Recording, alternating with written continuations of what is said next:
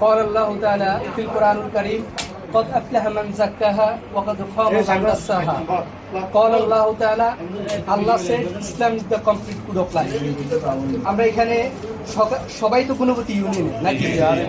আলহামদুলিল্লাহ জাতীয়তাবাদ দল গুণবতী ইউনিয়নের কর্তৃক আজকের যে ইফতার মাহফিল, এটা হচ্ছে যে মানুষের যে ইফতার করার মাধ্যমে মানুষ সারাদিন যে রমজানের তৃষ্ণার্ত থাকে, ক্ষুধার্ত থাকে, এর মাধ্যমে গরিব দুঃখী মানুষের যে সমস্যাগুলো এটা বোঝার জন্য এই রমজানগুলো। আরেকটা যদি আমরা বৈজ্ঞানিক ভাগে বলি, বিজ্ঞান কেন্দ্রিক বলি, বিজ্ঞান আসলে আমরা কি, বিজ্ঞানটা কি? পরীক্ষা নিরীক্ষা পর্যবেক্ষণ ও পদ্ধতিগতভাবে লব্ধ জ্ঞান অর্জন করার প্রক্রিয়াকে বলা হয় বিজ্ঞান। আর বিজ্ঞান এবং কি কোরআন বা অন্যান্য ধর্মগ্রন্থ যদি আমি তুলনা করি, বিজ্ঞান হলো একটি গবেষণামূলক। যেমন আমরা একটা কাজ করব, এটার ফলাফল সঠিকভাবে যখন ফলাফল উত্তীর্ণ হব, ওটাকে বলা হয় বিজ্ঞান। যেমন আমরা চিকিৎসা ক্ষেত্রে বলি বা অন্য অন্য ক্ষেত্রগুলোতে যখন আমরা উত্তীর্ণ হব, সঠিক দুইটা দিক থাকে, একটা হলো তার ব্যর্থ দিক, একটা হলো তার ভালো দিক। ভালো দিক যখন উত্তীর্ণ হব, ওটাকে আমরা কি বলে, বিজ্ঞান বলা হয়। তেমনিভাবে আল্লাহ তাআলা কোরআনের মাধ্যমে বলছেন যেমন আর রহমান আল্লামাল কোরআন, এখানে শুধু কোরআন নয়, এখানে বিজ্ঞানময় কোরআনের কসমের কথা বলা হয়। আমরা যদি এখানে বলি যে এখানে আরেকটা যে ইফতারের যে উদ্দেশ্য বা রাজনৈতিক যে উদ্দেশ্য, একটা যে আমরা কেন একতাবদ্ধভাবে থাকি, যে কোনো দল ক খ গ বাংলাদেশকে সুন্দরভাবে নেতৃত্ব দিতে হবে, সকলকে হিন্দু বৌদ্ধ খ্রিস্টান সকল মানুষকে নিয়ে বেঁচে থাকতে হবে।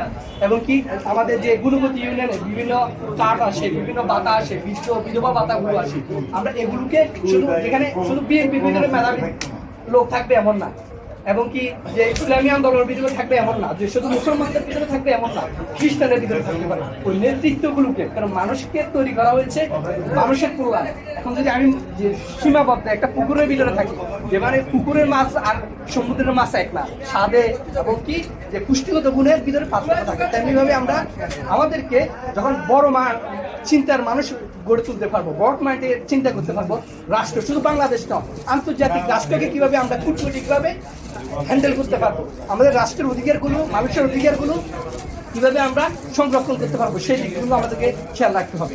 তেমনিভাবে আমাদের যে বিভিন্ন ভাতা কার্ড, বিভিন্ন অন্য যে গরিব দুঃখী মানুষের যে চাউল আসে, এটা প্রত্যেকটা দলকে ডেকে আমরা কি করতে হবে, যে পরামর্শ নিতে হবে। পরামর্শ ভিত্তিক জিনিস করলে, যেমন বিশ্বনবীর ক্ষেত্রে বিশ্বনবী দুইটা সভা করতেন, একটা হলো যে বিশেষ সভা, একটা সাধারণ সভা। বিশেষ সভা যারা রাজনৈতিক, হয়তো আমি আমার দলের লোকদেরকে নিয়ে বসবো, কি কি হতে পারে। আরেকটা হলো যে সব আমার দলেরও হতে পারে না, এখানে যারা বিচক্ষণ ব্যক্তি ওদেরকে নিয়ে সিদ্ধান্ত নেব।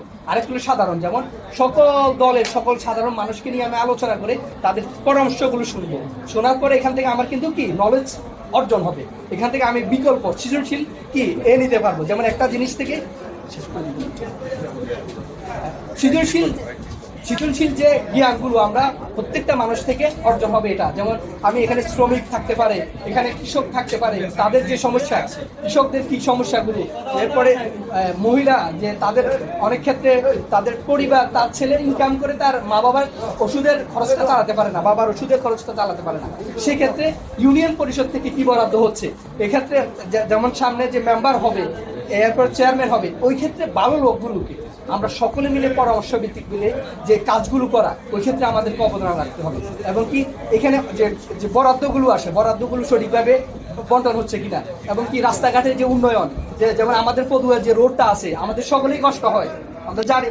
আমাদের যে সিএনজি যারা ড্রাইভার বা অটো ড্রাইভার, তাদের যে ক্ষতিগুলো হচ্ছে, যেমন একসময় অসুস্থ হবে, ওই চিকিৎসার বাধাটা তো রাষ্ট্র বহন করবে না। ওই ক্ষেত্রে তো যে তার শারীরিকভাবে, আমরা হয়তো একবার দুইবার যাচ্ছি, ও কিন্তু দিনে সারাক্ষণ অধিকাংশ সময় হতে 10 থেকে 15 ঘন্টা গাড়ি চালাচ্ছে, এবং তার আসলে ঈদগুলো পরিপূর্ণভাবে, যেমন ঈদের যে সমস্যাগুলো, ছেলে মেয়েদেরকে আসলে এই চালানো, যেমন এটার কারণে কিন্তু যাত্রীও কম হয়, অনেকজন ঠিক আছে। ওই ক্ষেত্রে আমাদের গরিব দুঃখী মানুষের যে ঈদের আনন্দটা আমাদেরকে, যেমন সবার সুখে হাসবো আমি, কাঁদবো সবার দুঃখে, সবার নিজের খাবার বিলিয়ে দিব অনাহারের মুখে।